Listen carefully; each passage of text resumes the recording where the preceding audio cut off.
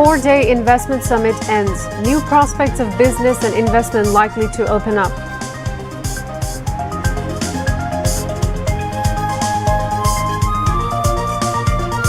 Chief of Pakistan's renowned Engro Holdings called on Chief Advisor Professor Mohammad Yunus.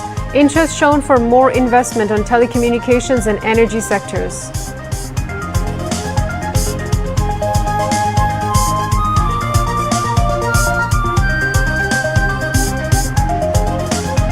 Last day of the summit, multiple MOUs signed with foreign organizations for investment in various sectors including health.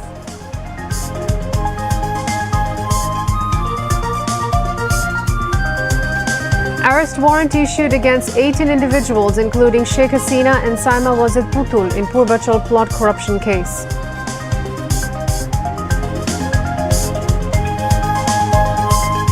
International Crimes Tribunal sends letter to police headquarters to issue red notice of Interpol against 10 accused absconding in foreign countries including Obaidul Qadir and Asaduzzaman Kamal.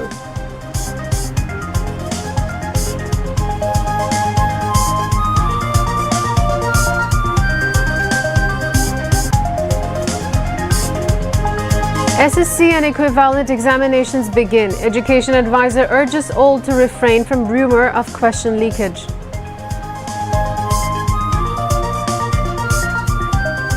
BNP holds solidarity rally for Palestinians and meeting protesting Israeli aggression in Gaza and Rafah.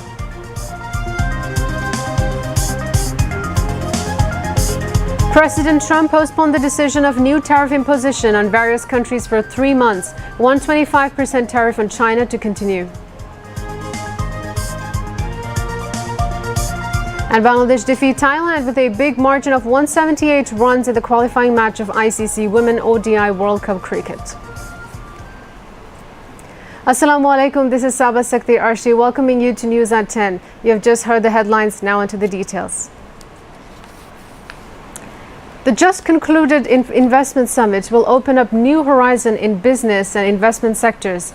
Head of Business Development of BIDA Nahian Rahman said this at a press conference at local hotel on the concluding day of the business summit today. Nahian Rahman hoped the investment would be geared up in the coming days through communicating with the investors. The BIDA head of business development further said that registration process for the new investment has been completed in the shortest possible time, avoiding complexities. The government will take up all necessary measures to create investment-friendly atmosphere, he added. BIDA executive member Shah Mohammad Mahbub and Chief Advisor's Deputy Press Secretary Azad Mujumdar were present. CEO of Engro Holdings of Pakistan Abdul Samad Dawood called on Chief Advisor Professor Mohammad Yunus at the State Guest House Jamuna today to discuss investment opportunities in Bangladesh.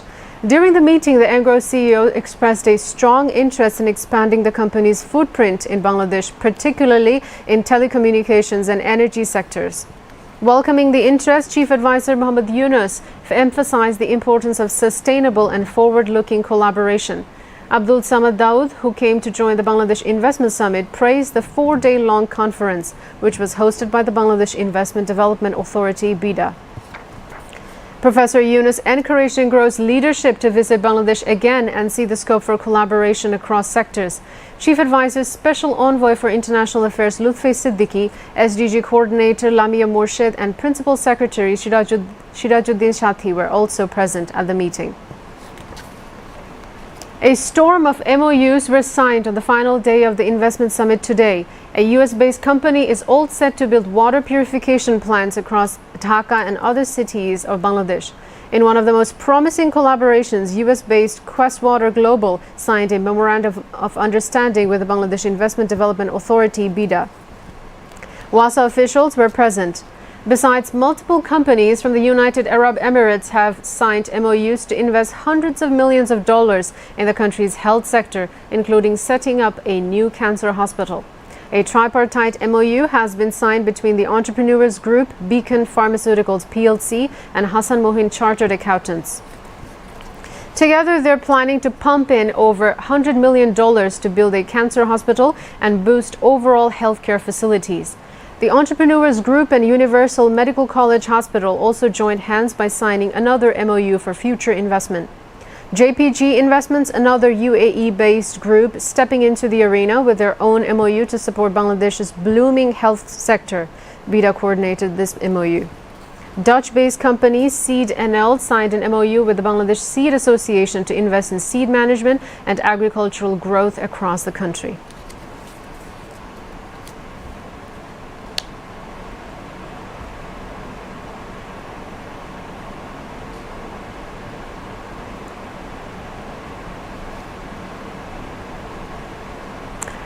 Four-day International Investment Summit concluded in the capital today. Various important sessions were held throughout the day at the end of the historic meet. Digital economy, textile and apparel sectors got prominence in these sessions participated by entrepreneurs from home and abroad, investors, policymakers and analysts. Speakers of the concluding day of the summit informed that Bangladesh has already created digital economy worth $3.5 billion. Policy changes are needed to upgrade this to international standard and make this business friendly. They also laid emphasis on taking various measures to ensure development of Bangladesh's textile sector and guarantee congenial atmosphere in workplaces. Besides preparing for the fourth revolution, this year's investment summit has created ample opportunity in ICT and its sectors which have taken the new Bangladesh one step ahead. Chief Advisor's Special Assistant on Post, Telecommunication and Information Technology, Faiz Ahmed Tayyib, presented the keynote paper on digital economy in the eye of policymakers. Meanwhile, addressing the session on textiles and garments, Korean EPZ founder Ki Hak-sung said that Bangladesh is ready to be upgraded to #1 position through appropriate strategy and reform. Bangladesh at present kept its position as second largest garments exporting country as a single country. He said, adding Bangladesh needs to adopt more technology to grab the top position. Concerned entrepreneurs, including BGMEA Administrator and Vice Chairman of Export Promotion Bureau, Anwar Hussain, spoke at the program. A senior leader of Jamaat-e-Islami has described Professor Mohammad Yunus's speech at the Investment Summit as a milestone in transforming the socio-economic landscape of Bangladesh. Central Executive Council member of Jamaat-e-Islami Mohammad Mubarak Hussain made the remarks during a press briefing following the party's participation in the summit today. Mubarak Hussain emphasized that Bangladesh has successfully fostered a business-friendly environment. He stated with optimism that if this momentum is sustained, Bangladesh has the potential to rank among the world's top 20 economies. Highlighting the party's economic outlook, Mubarak Hussain also revealed that many Jamaat-affiliated entrepreneurs have expressed keen interest in investing in the technology sector, a sign of shifting focus towards innovation and future-forward industries. Principal Coordinator of National Citizen Party (NCP) Nasiruddin Patwari has said Bangladesh will turn into an investment heaven in future. He stated that foreign investor will extend all kinds of cooperation if NCP comes to power. Nasiruddin Patwari said this at a news conference today after meeting with investors attending the Bangladesh Investment Summit. He said meeting with investors have already convened to determine the possible sectors in investment. The NCP Principal Coordinator also informed that Bangladesh's Vision 2035 was highlighted to the investors. Chief Advisor Professor Mohammad Yunus has thanked U.S. President Donald Trump for granting a 90-day pause on the reciprocal tariffs announced earlier this week. In a post on X last night, Professor Mohammad Yunus thanked U.S. President Donald Trump for responding positively to Bangladesh's request for 90-day pause on tariffs. Chief Advisor said Bangladesh will continue to work with Trump administration in support of their trade agenda. On April 7, Professor Yunus sent a letter to Donald Trump requesting him to postpone the application of a 37% tariff on Bangladeshi products in the U.S. market.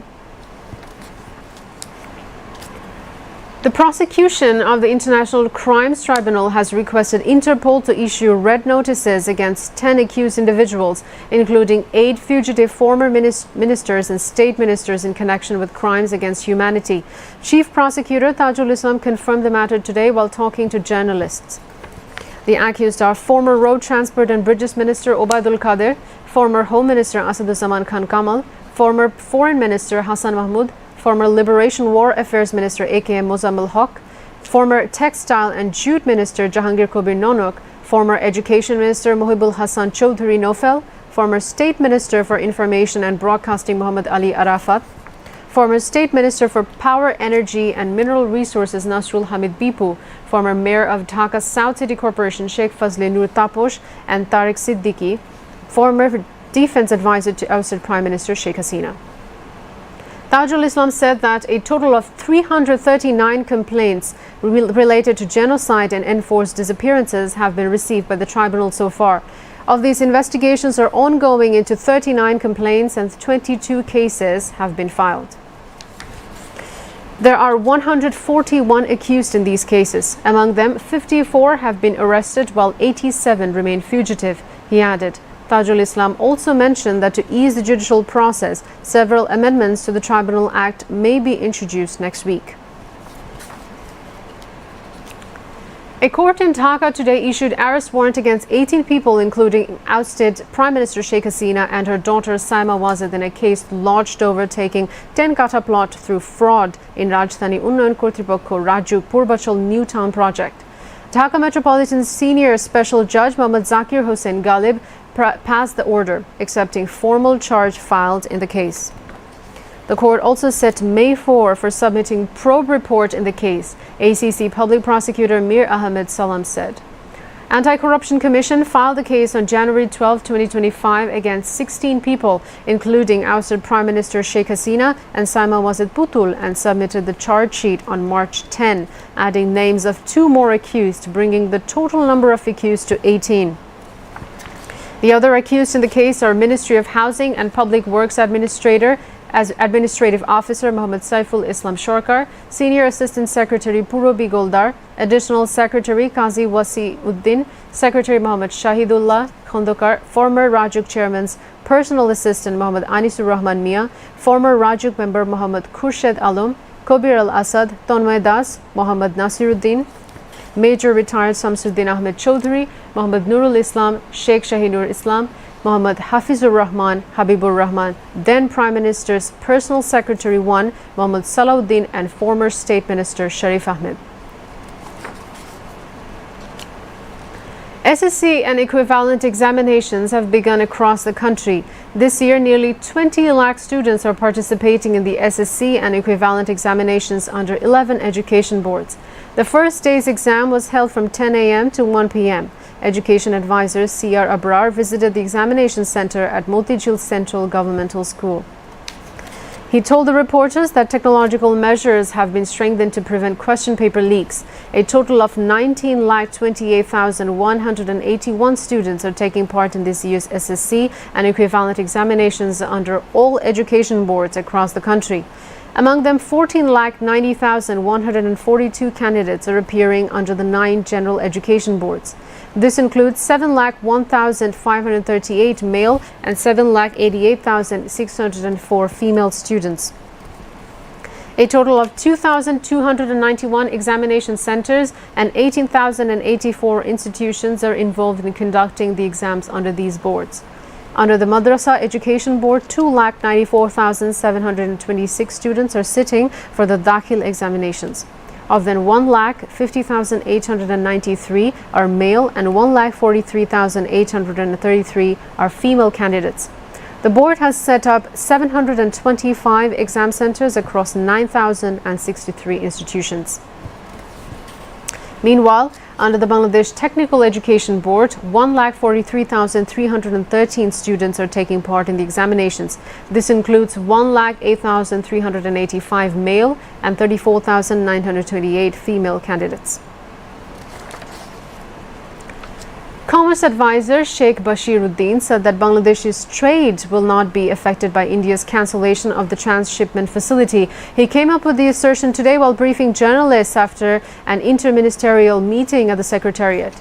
The commerce advisor said that the process of exporting to Nepal and Bhutan will not be affected by the Indian government's decision to cancel transshipment.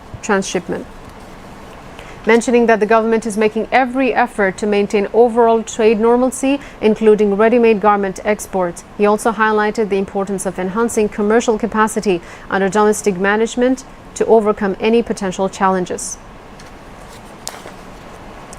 Now, international news.